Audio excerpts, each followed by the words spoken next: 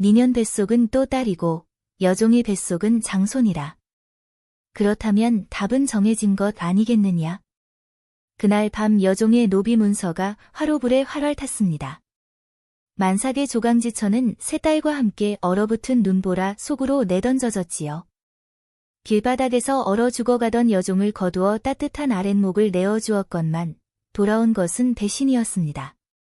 여인은 손톱이 빠지도록 얼어붙은 땅을 긁으며 피눈물을 삼켰습니다. 그런데 말입니다. 그녀의 뱃속에 있던 아이는 딸이 아니었습니다. 가문의 진짜 핏줄, 적장자였던 것이지요. 두고 봐라. 반드시 1000배로 되갚아주마. 그로부터 20년 뒤 눈밭에 버려졌던 그 아이와 세 딸이 나타납니다. 과연 복수의 칼날은 어떻게 원수들의 목을 조여갔을까요? 한양성 안에서도 손꼽히는 명문가 조씨 가문. 99칸 대저택의 곳간에는 쌀과 포목이 산더미처럼 쌓여 있었지요. 그러나 그 화려한 기와집 안방 깊숙한 곳에서는 피눈물을 삼키는 여인이 있었으니 바로 조강지처 백씨 부인이었습니다. 백씨의 뱃속에서는 딸만 셋이 줄줄이 태어났습니다. 첫째 금이, 둘째 은이, 셋째 동이. 똑똑하고 아리따운 딸들이었으나 대를 이을 사내 아이를 학수고대하던 시어머니 허씨의 눈에는 쓸모없는 밥벌레로밖에 보이지 않았지요. 칠거지학년이 따로 없구나. 계집만 줄줄이 싸질러 놓고 무슨 나드로 발을 붙이고 있어. 허씨는 아침 저녁으로 백씨를 불러세워 뺨을 후려치기 일쑤였습니다. 남편 조영함은 어떠했을까요? 오직 가문의 대를 잇고 재물을 불리는 것에만 혈안이 된 사내라. 어머니가 아내의 머리채를 휘어잡아도 모른 척 사랑채에 틀어박혀 있을 뿐이었습니다. 그해 겨울, 행랑채 뒤편 헛간에서 어린 여종 하나가 얼어 죽어가고 있었습니다. 남루한 무명옷 하나 걸친 그 계집아이의 이름은 홍련이었지요. 이런 추위에 여기서 어쩌자고 이러고 있느냐? 백씨가 얼어붙은 홍련을 발견하고는 제 방 아랫목에 눕혀 생강차를 다려 먹이고 이불까지 덮어 주었습니다. 마님의 은혜, 죽어서도 잊지 않겠습니다. 홍련은 떨리는 목소리로 다짐했습니다.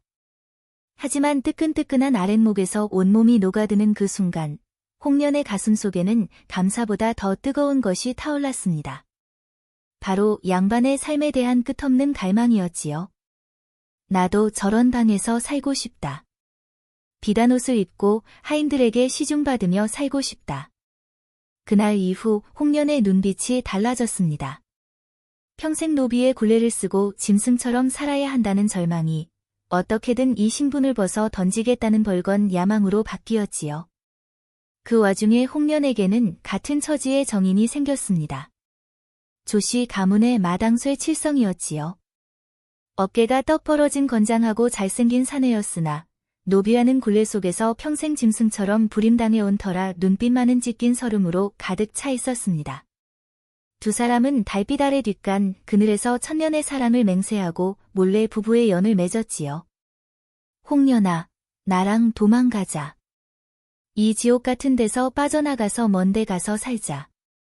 칠성은 간절히 읍소했습니다. 하지만 홍련은 고개를 저었지요. 도망쳐봤자 뭐하나. 평생 쫓기며 살아야지. 내가 원하는 건 그게 아니야. 그러던 어느 날, 홍련은 자신의 몸에 변화가 생겼음을 깨달았습니다. 칠성의 아이를 가진 것이었지요. 종년이 배가 불러오면 모진 매를 맞을 것이 뻔했습니다. 하지만 며칠 밤을 뜬 눈으로 지새우던 홍련의 머릿속에 무시무시한 계략이 떠올랐습니다. 이 아이를 주인 어른의 씨앗니라 속이면 어떨까? 생각이 거기에 미치자 홍련은 즉시 움직였습니다. 백씨가 시어머니의 구박에 시달리며 안방을 비울 때마다 홍련은 사랑채로 슬금슬금 발걸음을 옮겼지요. 조영함의 시중을 들며 어깨를 주무르고 젖은 눈으로 올려다보며 은근히 교태를 부렸습니다. 어르신, 고단하시지요? 이 천한 것이 시중 남아 드겠습니다. 이미 아내에게 정이 식을 대로 식은 조영함은 정고 애된 종년의 살레음에 쉬이 넘어가고 말았습니다.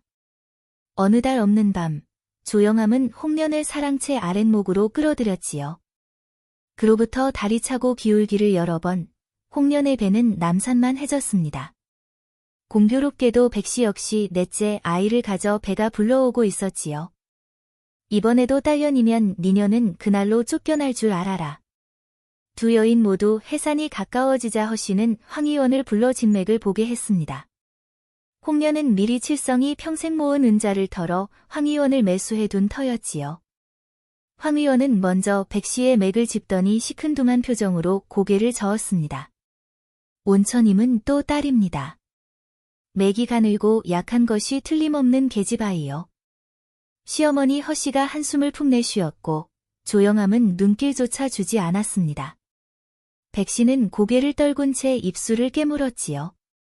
이어 황의원이 홍련의 맥을 짚었습니다. 그러더니 갑자기 눈을 휘둥그레 뜨며 바닥에 머리를 조아렸습니다. 아이고 마님, 속의 아이는 틀림없는 사내 아이, 가문을 빛낼 장군감이옵니다. 마루 밑에 숨어있던 칠성과 대청 한쪽의 홍련은 소리 없이 비열한 승리의 눈빛을 교환했습니다. 며칠 뒤 홍련은 마지막 흉계를 꾸몄습니다. 허씨가 보는 앞에서 스스로 돌계단 아래로 몸을 던지는 자해극을 벌인 것이지요. 마님이 저를 밀었습니다. 대를 이을 아이를 죽이려고. 달려온 조영함의 품에 안겨 거짓 눈물을 쥐어짜는 홍련의 연기는 완벽했습니다. 이 툭이 덩어리 같으니. 허씨의 손바닥이 백씨의 뺨을 후려쳤습니다. 만삭의 배를 부여잡은 백씨가 무릎을 꿇고 억울함을 호소했으나 그 해명은 시어머니의 매서운 뺨 때리기에 막혀 허공으로 흩어졌습니다. 분노한 조영함은 안방 서랍에서 홍련의 노비 문서를 꺼내 시뻘건 화로불 속에 던져버렸습니다. 딸년만 줄줄이 낳고 우리 집안을 망치려던 년을 당장 대문 밖으로 내쫓아라. 여보, 제발, 저는 만삭입니다. 백씨가 불룩솟은 배를 감싸주며 남편의 바지가랑이를 붙잡고 통곡했습니다. 하지만 조영함은 차갑게 손을 뿌리쳤지요. 만삭이라 니녀는 양심도 없느냐? 어서 썩 끌어내지 못해. 완벽한 신분 상승을 이룬 홍련이 시어머니 등 뒤에서 칠성과 비열한 미소를 주고받을 때 백씨는 아무런 말도 입 밖에 꺼내지 못한 채 어린 세 딸과 함께 거친 흙바닥으로 끌려나갔습니다. 매운 눈보라가 몰아치는 밤이었습니다.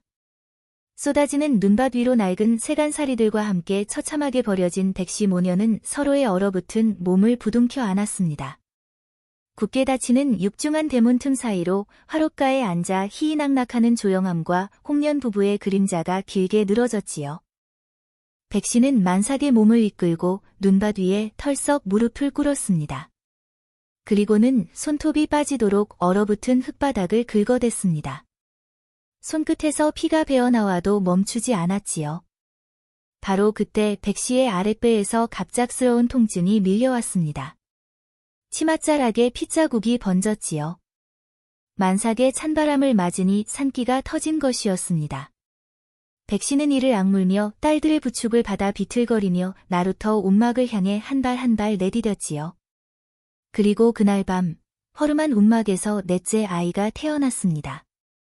아들이었습니다. 천명아. 내 이름은 천명이다. 하늘이 이 어미에게 내려준 복수의 칼날이란다. 백씨는 태어난 아들의 손을 꼭 쥐고 차가운 땅에 이마를 박았습니다. 반드시 이 지옥을 1000배로 되갚아 주리라. 칼바람 속에서 내뱉은 그 서늘한 맹세가 밤하늘로 흩어질 때 조씨 가문의 처참한 멸망을 예고하는 씨앗은 그렇게 싹을 틔우기 시작했습니다. 그로부터 20년의 세월이 흘렀습니다. 움막에서 태어난 피덩이 천명은 어느새 거대한 체구와 서늘한 눈빛을 지닌 청년으로 자라났지요. 기댈 곳 하나 없는 저자거리의 밑바닥에서 백씨는 손톱이 빠지도록 삿발질을 하며 내 남매를 키워냈습니다. 어느 날 밤 내 남매는 어머니 앞에 무릎을 꿇고 피의 맹세를 올렸습니다. 어머니, 저희는 원수들의 숨통을 끊기 전까지 절대 혼인하지 않겠습니다. 세 딸은 세상의 눈을 속이기 위해 각자의 신분을 위장하기로 했고 아들 천명은 이를 악물며 복수의 칼날을 갈기로 맹세했지요. 20년의 인고 끝에 남매들은 저마다의 무기를 완벽하게 벼려냈습니다. 왈패 소굴의 밑바닥에서 굴렀던 천명은 돈이 사람의 목숨을 쥐락펴락하는 잔혹한 생리를 뼛속 깊이 터득했지요. 모욕을 당할 때마다 이를 악물었습니다. 기다려라. 반드시 되갚아주마. 첫째 금이는 염색장 가마솥 앞에서 핏물든 손으로 비단을 짜며 상단의 이치를 뼈에 새겼습니다.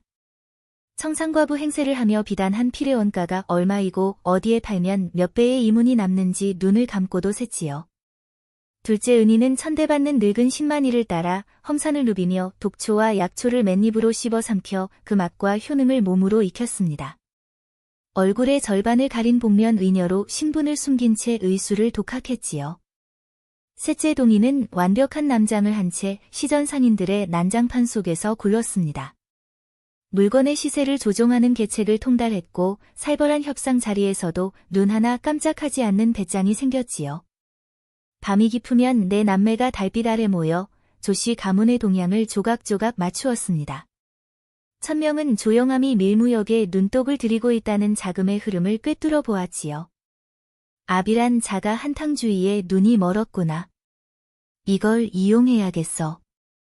금이는 상단 객주들의 입을 통해 정보를 빼냈습니다. 홍련이란 년이 천출 신분을 숨기려고 청나라 비단에 돈을 물쓰듯 한다더라. 허영심을 찌르면 무너지겠어. 은희는 주막에 쓰러진 병자들을 치료해주며 치명적인 약점을 잡아냈지요. 황 의원 그 늙은이가 아편에 찌들어 허덕이고 있다더라. 저놈을 쥐었다면 과거의 죄를 자백시킬 수 있어. 동희는 마당쇠들의 뒷담화에 귀를 기울였습니다. 칠성이와 홍련이 밤마다 몰래 만나 재산을 빼돌릴 궁리를 한다더군. 둘 사이를 이간질하면 지들끼리 무너뜨릴 것이야. 낡은 움막에서 내 남매는 마침내 어머니 백씨 앞에 큰 절을 올렸습니다. 어머니, 이제 때가 되었습니다. 저 짐승들의 탐욕을 산산조각 낼 거대한 덫을 한양 한복판에 펼치겠습니다. 백씨는 아들의 손을 꼭 쥐었습니다. 20년을 기다려온 그날이 마침내 다가온 것이지요. 핏빛 사냥을 알리는 남매들의 거침없는 발걸음이 저자거리 어둠 속으로 향하기 시작했습니다. 달빛조차 구름에 숨은 야반, 천명은 한양 뒷골목에 자금줄을 쥐고 흔드는 늙은 전주의 창고 지붕 위로 소리 없이 올라섰습니다. 전주란 양반들에게 몰래 돈을 빌려주고 높은 이자를 받아먹는 어둠의 고리대금업자를 말합니다. 이 늙은 전주는 장안의 내로라 하는 양반들의 뒷돈 거래를 모조리 쥐고 있는 거물이었지요. 천명은 문창호를 바늘로 뚫고 창고 안으로 스며들었습니다. 칠흑 같은 어둠 속에서 오직 달빛에만 의지해 산더미처럼 쌓인 치부책을 뒤졌지요. 천명의 눈이 번뜩였습니다. 조영함, 은자 3,000냥, 밀무역 투자 명목. 아비의 이름이 적힌 장부를 발견한 것이지요. 그뿐이 아니었습니다. 고관대작들의 뇌물 내역, 타락한 양반들의 비밀 거래가 낱낱이 적혀 있었습니다. 천명은 미친 듯이 장부를 베겼지요. 들키면 손목이 날아갈 판이었으나 붓을 쥔 손은 털끝만큼도 떨리지 않았습니다. 칼이나 주먹이 아니라 돈과 약점이야말로 사람의 목줄을 쥐는 진짜 무기다. 며칠 뒤 천명은 훔쳐낸 치부책의 내용을 역이용했습니다. 늙은 전주가 고관대작들의 뇌물을 중개했다는 증거를 쥐고 그의 목을 조인 것이지요. 이 장부가 관아에 들어가면 내 목이 10개라도 모자랄 게다. 늙은 전주는 사색이 되어 바들바들 떨었습니다. 자, 살려주시오. 무엇이든 하겠소. 천명은 손에 피 한 방울 묻히지 않고 늙은 전주의 막대한 자본과 왈패 조직을 고스란히 집어삼켰습니다.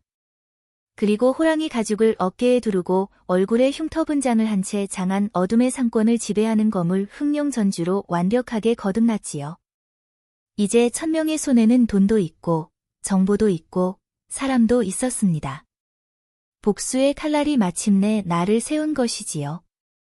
같은 시각 남장을 한동희는 전국의 보부상들을 매수해 가짜 문서들을 정교하게 위조해냈습니다. 관아의 도장을 본뜬 가짜 인장, 청나라 상단의 밀무역 허가증, 조영함의 눈을 뒤집히게 만들 미끼들이었지요. 청산과부로 위장한 금이는 이미 명나라 직물상단의 대행수 자리에 올라 있었습니다. 조씨 가문과 거래하는 상인들의 입을 통해 안방의 사정을 훤히 꿰뚫고 있었지요. 홍련이 그년이 칠성 몰래 제 이름으로 비자금을 빼돌리고 있다더라. 금이의 눈이 차갑게 빛났습니다. 겉으로는 천년의 사랑을 맹세한 두 사람이 속으로는 서로를 등쳐먹을 궁리를 하고 있었던 것이지요. 남매들의 첫 번째 더디 노였습니다. 20년 전 백시 모녀가 맨발로 쫓겨났던 조영함의 소들대문 앞 화려한 수레를 이끌고 당당히 들어선 이는 장안 최고의 비단 행수가 된 첫째 금이었습니다. 안방에는 살이 피둥피둥 찐 홍련이 떡하니 앉아 있었습니다. 20년 전 얼어 죽어가던 여종의 모습은 온데간데 없었고 기름기 흐르는 뺨에 비단 저고리를 걸친 안방마님의 행색이었지요. 이게 청나라 황실에서나 쓴다는 그 비단이요? 홍련은 금이가 펼쳐놓은 진귀한 비단을 만지작거리며 눈을 빛냈습니다. 엿속 깊은 천출 신부님을 숨기려는 듯 턱을 치켜들고 오만방자하게 굴었지요. 금이는 그 얄팍한 허영심을 단숨에 간파했습니다. 마님의 고운 피부결이 황후와 다를 바 없으니 이 천금짜리 비단이 아니면 어찌 그 자태를 감쌀 수 있겠습니까? 외상으로 두고 가겠습니다. 달콤한 말 속에 맹독이 발라져 있는 줄도 모르고 홍련은 흡족한 미소를 지었습니다. 끝없는 허영심의 눈이 먼 홍련은 조영함 몰래 갚지도 못할 천문학적인 액수의 비단 외상 장부에 덜컥 붉은 지장을 찍고 말았지요. 금이가 저택을 나서며 문지방을 밟았습니다. 20년 전 어머니가 피를 흘리며 끌려나간 바로 그 자리였지요. 금이의 입가에 서늘하고 차가운 미소가 번졌으나 홍련은 그것을 전혀 눈치채지 못했습니다. 며칠 뒤 조씨 가문의 대문이 박살날듯이 쿵쿵 울렸습니다. 비단 값 내놔라. 당장 은자를 내놓지 못하겠느냐? 금이가 보낸 살벌한 수구먼들이 들이닥친 것이지요. 집안의 세간을 때려 부수며 패악을 부렸습니다. 안방마님이 비단값으로 은자 3,000냥을 물리셨소. 오늘 안으로 갚지 않으면 관아에 고발하겠소. 3,000냥, 조영함의 눈이 휘둥그레졌습니다. 자신도 모르는 새 아내가 그토록 막대한 빚을 졌다니 천불이 나서 속이 뒤집힐 지경이었지요. 인연이 미쳤나? 어디서 그런 돈을 끌어다 썼어? 금전적 압박에 숨통이 조이고 체면이 굽혀진 조영함은 급히 돈을 융통할 곳을 찾아 저자거리를 미친 듯이 헤매기 시작했습니다. 향냄새가 진동하는 기방의 은밀한 밀실, 궁지에 몰린 조영함 곁에 우연을 가장한 거간꾼이 합석했습니다. 바로 완벽한 남장을 한 셋째 동이었지요. 어르신, 얼굴에 수심이 가득하시구려. 무슨 근심이라도 있으십니까? 조영함은 한숨을 푹 내쉬었습니다. 급히 목돈이 필요한데 마땅한 데가 없소. 동희의 눈이 번뜩였습니다. 허허, 잘 만났습니다.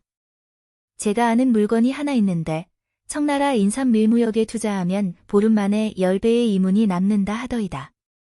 10배, 조영함의 눈에 탐욕의 불길이 타올랐습니다. 그게 정녕 사실이요? 다만 투자금이 만만찮아 아무나 끼워주진 않습니다. 조영함은 침을 꿀떡 삼켰습니다. 절박함과 일확천금의 욕망이 뒤섞여 이성이 흐려지고 있었지요. 그 돈을 어디서 빌릴 수 있겠소? 동희가 손을 쳤습니다. 그것이 신호였지요. 기방 구석에 어두운 대나무 발이 걷혔습니다. 그 뒤에서 압도적인 체구의 호랑이 가죽을 두른 사내가 모습을 드러냈습니다. 얼굴에 흉터가 가득한 소름 끼치는 살기를 뿜어내는 거물이었지요. 장한 어둠의 돈줄을 쥐고 흔드는 흑룡 전주, 바로 천명이었습니다. 천명은 아비인 조영함을 향해 눈길조차 주지 않았습니다. 그저 가죽 주머니에서 눈이 부시도록 번쩍이는 은괴들을 꺼내 탁자 위로 쏟아부었지요. 조영함의 눈이 완전히 뒤집혔습니다. 천명이 나지막이 입을 열었습니다. 근원은 묻지 않겠소. 대신 담보가 필요하오. 가문의 모든 전답과 기와집의 문서를 맡기시오. 조영함은 움찔했습니다. 조상대대로 물려받은 재산을 담보로 잡히라니. 동희가 옆에서 부추겼습니다. 어르신, 보름이면 10배가 됩니다. 그까짓 담보쯤이야 금방 찾을 수 있지 않겠습니까? 빚더미의 압박, 밀무역의 달콤한 유혹, 눈앞에 쌓인 은괴 더미. 조영암의 이성은 완전히 마비되고 말았습니다. 소소, 담보를 잡히겠소. 조영암은 20년 전 홍련의 노비 문서를 불태웠던 바로 그 손으로 자신의 목줄을 죄는 기와집 담보 문서에 선명한 붉은 지장을 찍었습니다. 첫 번째 덫, 완벽하게 걸렸어. 이제 두 번째 덫을 놓을 차례였습니다. 홍련과 칠성, 그놈들의 천년의 사랑이 겉보기엔 단단해 보여도 탐욕 앞에선 종이장보다 얇을 거야. 은희가 차갑게 내뱉었습니다. 며칠 뒤 복면을 쓴 은희는 저자거리 구석의 허름한 도박장에 모습을 드러냈습니다. 도박장 한 구석에서는 칠성이 땀에 젖은 얼굴로 노름판을 벌이고 있었지요. 양반 행세를 하며 으스대던 칠성이었으나 노름빚이 쌓여 손가락이 잘릴 위기에 처해 있었습니다. 닥쳐. 오늘 안으로 은자 100냥을 갚지 못하면 손가락 10개를 다 자른다. 바로 그때 은희가 묵직한 자주머니를 칠성 앞에 툭 던졌습니다. 이걸로 빚을 갚아. 칠성은 어안이 벙벙했습니다. 당신은 누구요? 왜 나를? 은희는 대답 대신 독한 화주를 칠성에게 건넸습니다. 혀가 풀리고 경계심이 녹아내릴 때 은희가 나지막이 귀에 속삭였지요. 조영암이 너를 죽이려 한다는 걸 알고 있느냐? 뭐라고? 장손의 진짜 핏줄이 네 씨앗이라는 게 들통날까 봐 은밀히 살수를 고용했다더군. 입을 영영 막으려는 거지. 칠성의 얼굴이 사색이 되었습니다. 취기에 취해 있던 머리가 공포로 번쩍 깨어났지요. 은희는 그 말만 남기고 어둠 속으로 사라졌습니다. 그날 밤 칠성은 잠을 이루지 못했습니다. 조영암이 날 죽이려 한다고. 살수를 보내면 어쩌지? 공포와 배신감에 휩싸인 칠성은 술에 취해 주정을 부리기 시작했습니다.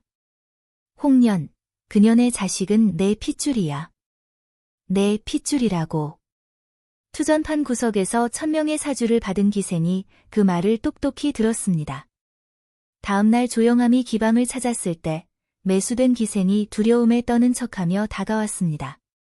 대감 어르신, 제가 차마 입에 담기 어려운 말을 들었사옵니다. 뭐냐?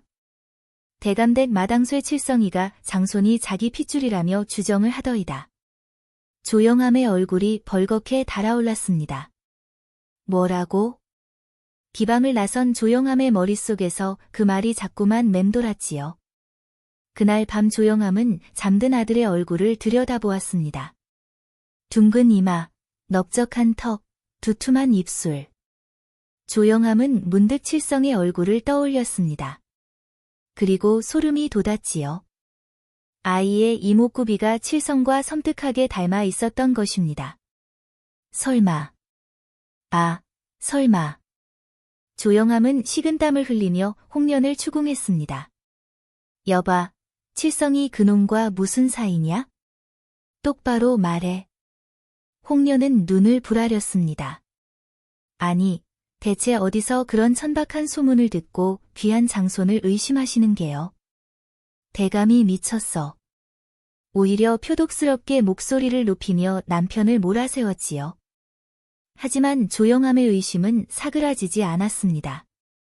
설상가상으로 홍련이 조영암 몰래 비자금을 빼돌려 사치를 부렸다는 사실이 발각되었습니다. 이윤이 눈이 뒤집힌 조영암은 홍련의 머리채를 휘어잡고 마당에 패대기를 쳤습니다. 니년이 내 등골을 빼먹고 있었어. 마당 한 구석에서 칠성이 이를 지켜보고 있었습니다. 20년 전 천년의 사랑을 맹세했던 여인이 맞아 죽을 지경인데 칠성은 어찌했을까요? 아무것도 하지 않았습니다. 조영암의 살벌한 눈초리와 살수를 보냈다는 소문에 대한 공포에 짓눌려 고개를 숙인 채 비겁하게 외면했지요. 홍련은 피투성이가 된 얼굴로 칠성을 올려다보았습니다. 그 눈빛에는 처절한 원망이 담겨 있었지요. 이 비겁한 놈, 우리의 사랑이 결국 이것이었더냐? 그날 밤 홍련과 칠성의 20년 사랑은 산산조각이 났습니다. 설상가상으로 항구에 파견했던 하인이 헐레벌떡 달려왔습니다. 어르신, 큰일 났습니다. 인삼상단 배가 풍랑에 뒤집혀 모조리 가라앉았답니다. 조영함의 눈앞이 캄캄해졌습니다.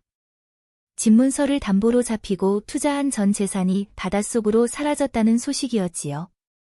물론 그것은 천명이 조작한 거짓 소식이었습니다. 빚더미에 앉은 조영함, 배신감과 공포로 서로를 노려보는 홍련과 칠성. 새 악당이 갇힌 기와집은 완벽한 자중지안의 지옥으로 탈바꿈했습니다.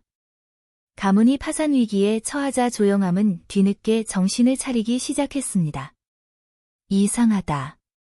너무 이상해. 비단 장수가 나타나 홍련에게 외상을 권한 것, 기방에서 우연히 거간꾼을 만난 것, 그리고 흑룡전주가 때마침 거액을 빌려준 것.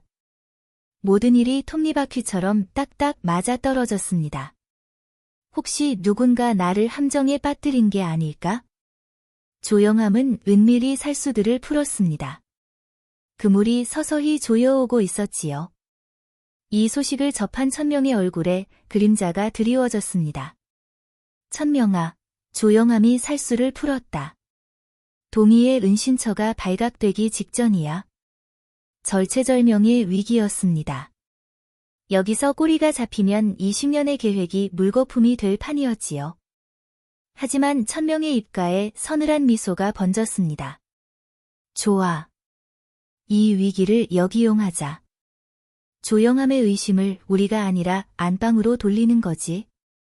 장손의 핏줄이 가짜라는 확실한 증거를 들이밀면 그놈은 밖을 볼 겨를이 없어질 거야. 그날 심야, 복면 의녀은희는 황 의원의 허름한 집에 소리 없이 잠입했습니다. 황 의원은 아편 금단 증상으로 온몸을 비틀며 신음하고 있었지요. 20년 전 거짓 진맥을 해준 대가로 받은 은자는 진작에 바닥났고 이제는 아편 없이는 단 하루도 버틸 수 없는 폐인이 되어 있었습니다. 아편, 나 아편만 있으면. 바로 그때 은희가 어둠 속에서 모습을 드러냈습니다. 손에는 최고급 아편 주머니가 들려 있었지요. 이걸 원하느냐? 황 의원의 눈이 번쩍 뒤었습니다. 그걸 어디서, 제발 주시오. 황 의원이 땅바닥에 엎드려 은희의 발을 붙잡았습니다. 은희는 아편 주머니를 황 의원의 코앞에서 천천히 흔들었습니다. 거래를 하지. 20년 전 내가 저지른 짓을 자백하면 이 아편은 영원히 내 것이 될 거다. 황 의원의 얼굴이 사색이 되었습니다. 하지만 아편을 향한 탐욕이 두려움을 이겼지요. 알겠소. 다 적겠소. 벌벌 떠는 손으로 황 의원은 먹을 갈았습니다. 그리고 20년 전에 참혹한 진실을 낱낱이 적어 내려갔지요. 홍련이 칠성의 아이를 가진 채 주인 어른의 씨앗니라 속였고 소인은 은자를 받고 거짓 진맥을 하였나이다. 본처님의 뱃속 아이는 사내였으나 소인이 딸이라 거짓을 고하였나이다. 완벽한 자백서가 완성되었습니다. 은희는 아편 주머니를 던져주고 자백서를 낚아챘습니다. 그 즉시 천명이 움직였습니다. 품에 자백서를 감추고 조영함의 기와집 담장을 짐승처럼 가볍게 뛰어넘었지요. 살수들의 보고를 기다리며 뜬 눈으로 밤을 새우던 조영함의 안방. 천명은 문지방에 단도를 꽂고 그 위에 자백서를 꿰어 두었습니다. 그리고 연기처럼 어둠 속으로 사라졌지요. 새벽녘, 조영함이 방문을 열었습니다. 이게 뭐냐? 그는 자백서를 펼쳐 읽기 시작했지요. 한 줄, 두 줄, 세 줄, 조영함의 얼굴이 시뻘겋게 달아올랐습니다. 이 장손이 칠성의 씨앗이라고. 본처의 뱃속 아이가 사내였다고. 조영함의 두 눈이 경악과 분노로 터져버릴 듯 팽창했습니다. 으아. 조영함은 짐승 같은 포효를 내질렀습니다. 20년간 애지중지 키웠던 장손이 종놈의 새끼였다니. 그리고 진짜 핏줄을 품은 조강지처를 자신의 손으로 내쫓았다니. 그 참혹한 진실이 조영함의 남은 영혼을 갈갈이 찢어 놓았습니다. 조영함은 당장 살수들을 불러들였습니다. 전주고 거간꾼이고 다 집어치워. 당장 안방과 칠성의 거처를 포위해라. 홍련은 조영함의 그 눈빛을 보자마자 죽음을 직감했습니다. 이대로 있다간 죽는다. 홍련은 다급히 칠성에게 은밀한 서신을 보냈습니다. 오늘 밤 남은 폐물만 챙겨 도망치자. 이곳에 있다간 둘 다 죽는다. 칠성 역시 서신을 받고 고개를 끄덕였습니다. 두 노비는 그날 밤 도주를 결심했습니다. 하지만 그들은 몰랐습니다.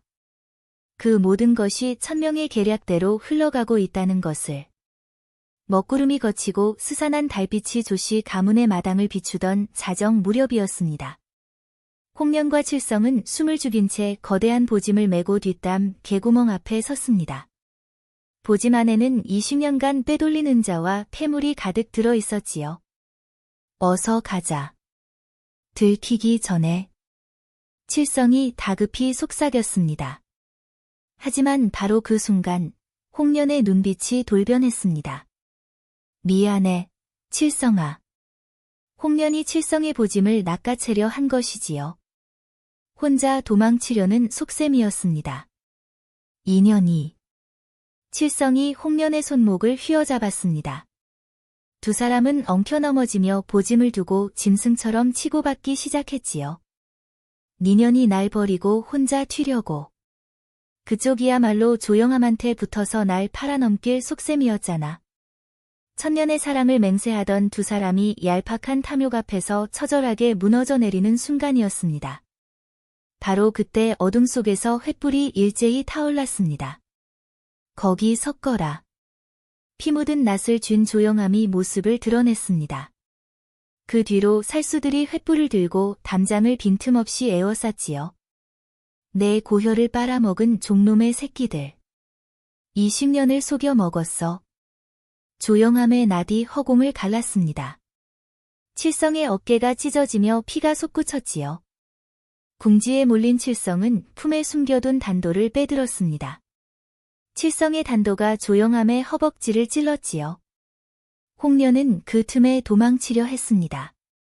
하지만 발이 돌뿌리에 걸려 넘어졌지요. 살려줘, 살려줘요. 남편과 정인이 서로를 죽이려 피투성이가 되어 뒹굴고 있었습니다. 홍련은 살기 위해 바닥에 떨어진 돌덩이를 집어들었지요. 그리고 쓰러져 구르는 조영함과 칠성의 머리를 번갈아 내리치기 시작했습니다.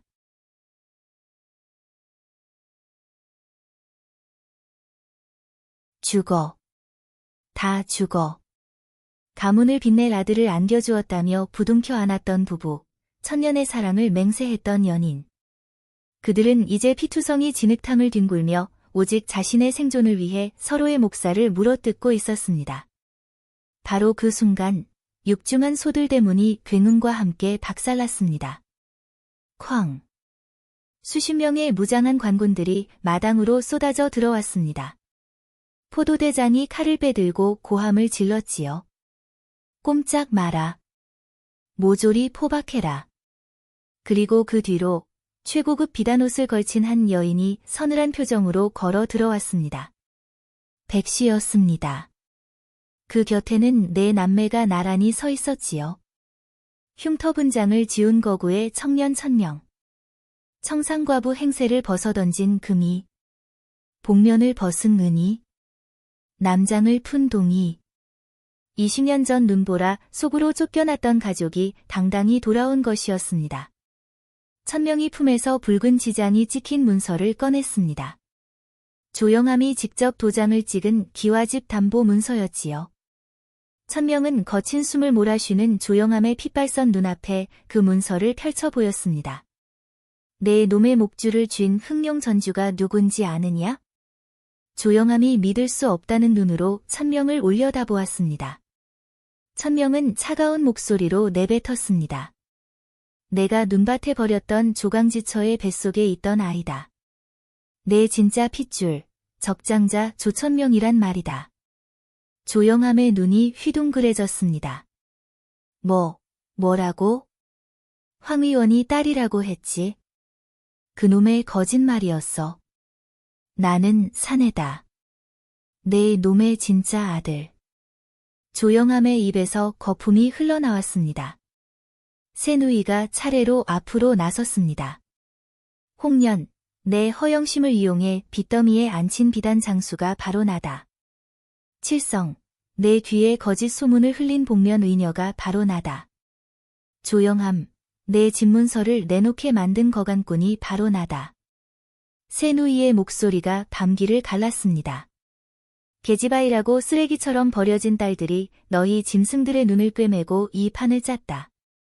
백씨가 천천히 앞으로 걸어 나왔습니다. 무릎 꿇린 새 주인의 정수리 위로 차가운 시선을 내리깔았지요. 20년 전 너희는 만삭의 나를 눈보라 속으로 내쫓았다. 그날 밤 나는 얼어붙은 땅바닥에서 아들을 낳았다. 손톱이 빠지도록 땅을 긁으며 맹세했지. 반드시 1000배로 되갚겠다고. 백씨는 조영암의 얼굴 위로 차가운 가래침을 뱉었습니다. 너희를 이 지옥으로 끌고 온 것은 내가 아니야. 너희의 썩어 빠진 탐욕이 스스로를 집어삼킨 것이다. 포도대장이 고개를 끄덕였습니다. 증거가 명백하구나. 모조리 끌고 가라. 살려줘. 제발 살려줘. 홍련이 발버둥을 쳤습니다. 나는 속은 거야. 칠성이가 시킨 거라고. 칠성이 악을 썼습니다. 거짓말. 다 니년이 꾸민 짓이잖아. 끝까지 서로를 물어뜯는 두 사람의 추한 모습에 관군들조차 고개를 돌렸습니다. 조영암은 아무 말도 하지 못했습니다. 거품을 물고 실신한 채 질질 끌려갔지요. 새 악당이 어둠 속으로 사라지자 마당에는 핏자국만이 거붉게 남았습니다. 백씨와 내 남매는 말없이 그 자리에 서서 원수들의 뒷모습을 지켜보았습니다. 20년의 한이 마침내 풀리는 순간이었습니다. 참혹한 자멸극의 주범들은 옥사에서 비참한 최후를 맞이했습니다. 조영암은 가문의 재산을 사기 도박에 탕진하고 위조 문서를 만들어 밀무역에 손을 댄 죄로 참수형을 선고받았지요. 홍련과 칠성은 주인을 속이고 간통하여 가문의 씨를 바꿔치기 한 대역죄로 함께 형장에 이슬이 되었습니다. 시어머니 허씨는 홍련이 도망치며 방문을 걸어 잠가버리는 바람에 며칠을 굶으며 천장만 바라보다 쓸쓸히 숨을 거두었지요. 인과응보라 했습니다. 뿌린 대로 거두는 법이었지요. 조씨 가문의 재산이 모두 정리된 뒤 합법적인 채권자였던 천명은 담보로 잡았던 기와집과 전답을 모조리 넘겨받았습니다. 하지만 천명은 그 기와집에 발을 들이지 않았습니다. 허물어라. 천명의 명령에 인부들이 달려들었습니다. 허영과 사기로 물들었던 그 기와집은 가차없이 부서져 내렸지요. 기와장이 와르르 쏟아지고 대들보가 우지끈 꺾이고 담장이 와장창 무너졌습니다. 그리고 그 넓은 터에 새로운 건물이 올라갔습니다. 억울하고 가난한 백성들을 배불리 먹이는 한양 최대의 구휼소였지요. 20년 전 백씨와 남매가 맨발로 쫓겨났던 바로 그 소들대문 앞자리. 이제 그곳에서는 빈민들에게 김이 모락모락 나는 고깃국밥을 퍼주는 따뜻한 연기가 피어올랐습니다. 고맙습니다. 고맙습니다. 굶주린 백성들이 눈물을 흘리며 절을 올렸습니다. 백씨는 화려한 가마에서 내려 그 옛날 자신이 끌려나왔던 땅을 조용히 밟았습니다. 20년 전 이 자리에서 손톱이 빠지도록 흙바닥을 긁으며 복수를 맹세했지요. 백씨는 천천히 무릎을 꿇었습니다. 그리고 두 손으로 땅을 어루만졌지요. 뜨거운 눈물 한 방울이 뺨을 타고 흘러내렸습니다. 끝났구나. 이제 정령 끝났구나. 백씨의 어깨가 들썩였습니다. 20년 동안 한 번도 내보이지 않았던 눈물이 비로소 터져나왔지요. 천명이 다가와 어머니의 어깨를 감쌌습니다. 어머니, 이제 편히 쉬셔도 됩니다. 백씨는 아들의 손을 꼭 쥐었습니다. 그래. 이제 한이 없다. 너희들 덕에 이 어미가 빚을 다 갚았구나. 탐욕은 반드시 파멸을 부르고 뼈를 깎는 노력은 절대 배신하지 않는 법이란다. 핏빛 복수 위로 화려하게 피어난 위대한 모자의 승전보는 그렇게 백성들 사이에서 수백 년을 이어갈 벅찬 전설로 영원히 구전되었습니다.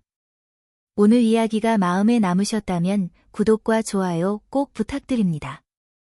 감사합니다.